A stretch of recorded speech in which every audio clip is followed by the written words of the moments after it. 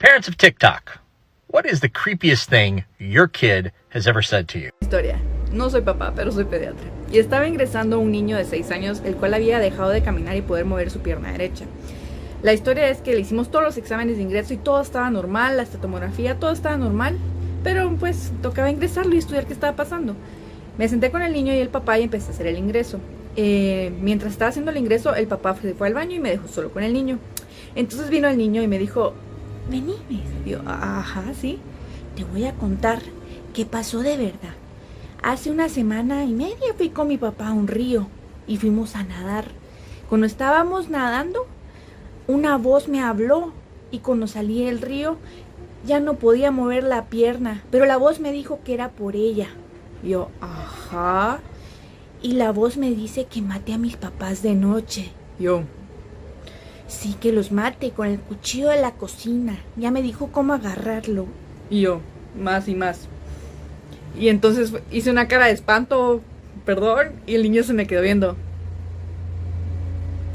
No te preocupes, doctora. Las voces me dijeron que a ti no te voy a hacer nada. Yo, ajá. Gracias. Se ingresó al niño, se evaluó por psiquiatría y psicosis infantil temprana. Ahora que ya vimos el caso, hablemos de psicosis infantil en el siguiente video.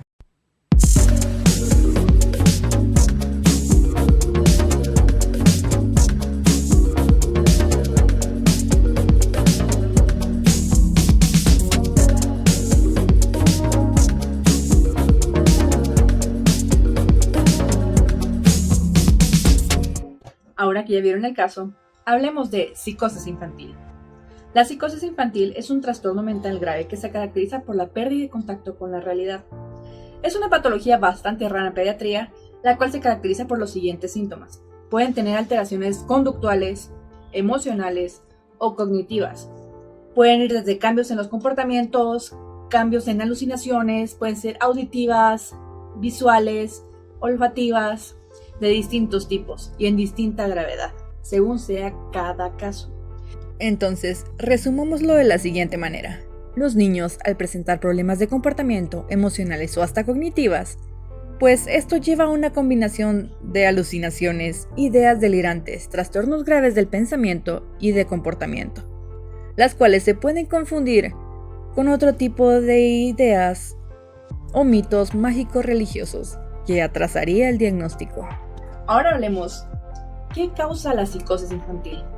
Lamentablemente los mecanismos que llevan a que se desarrolle esta patología no se conocen con certeza.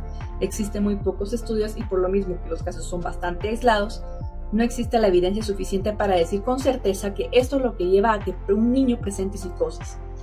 ¿Qué son estas cosas que hay que tener en consideración? Pues se han considerado factores ambientales y también genéticos. ¿Qué significa esto? Porque si tengo un familiar y el familiar tiene esquizofrenia, ya con diagnóstico bajo tratamiento y todo, o algún familiar con algún trastorno mental, las posibilidades de que mi hijo pueda tener psicosis, pues sí pueden existir, siguen siendo pocas, pero hay que tenerlas presentes ante cualquier cambio conductual que tengan sus hijos.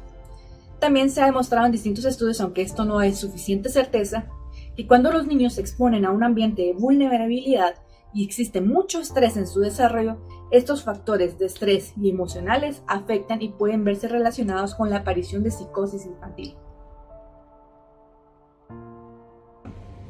Los factores de riesgo que se han considerado que se relacionan con psicosis infantil son los siguientes.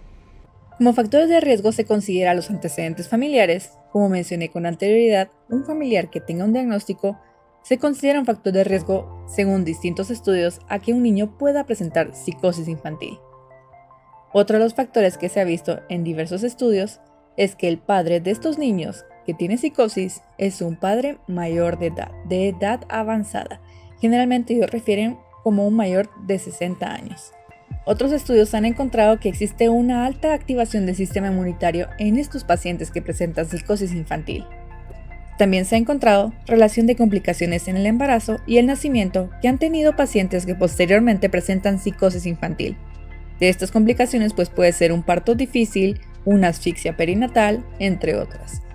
Por último, se ha encontrado que también como factores de riesgo pueden existir que el niño haya presentado o presente desnutrición y que haya tenido o tenga actualmente una exposición a toxinas y o drogas. Ahora que conocemos un poco más de los factores de riesgo, qué lo causa y todo lo demás, la definición, vamos un poco a conocer la clasificación. La clasificación pues existen varias revisiones, pero les voy a dar la más sencilla. La más sencilla pues la clasifica en precoz, temprana y de adolescencia o tardía. La precoz pues se considera antes de los 4 años, la temprana menor de 18 años y pues la adolescencia de 18 años hasta los 21 años, dependiendo de la clasificación que tenga cada país para clasificar a un adolescente.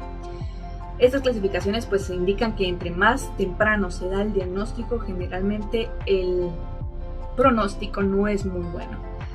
Debido a que entre más temprano un niño presenta psicosis y a un trastorno mental, su desarrollo en el resto de las etapas puede verse gravemente afectado si no tiene un adecuado tratamiento y seguimiento.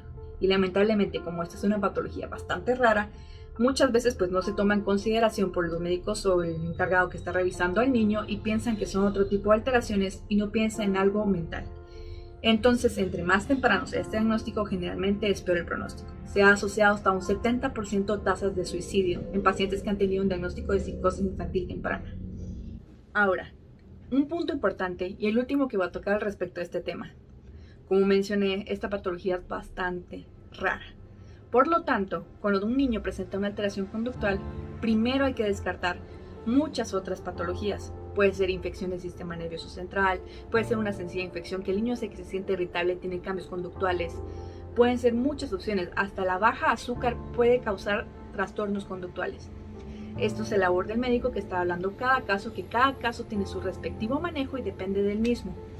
Entonces, es importante saber que esta patología existe, pero primero hay que descartar las más frecuentes.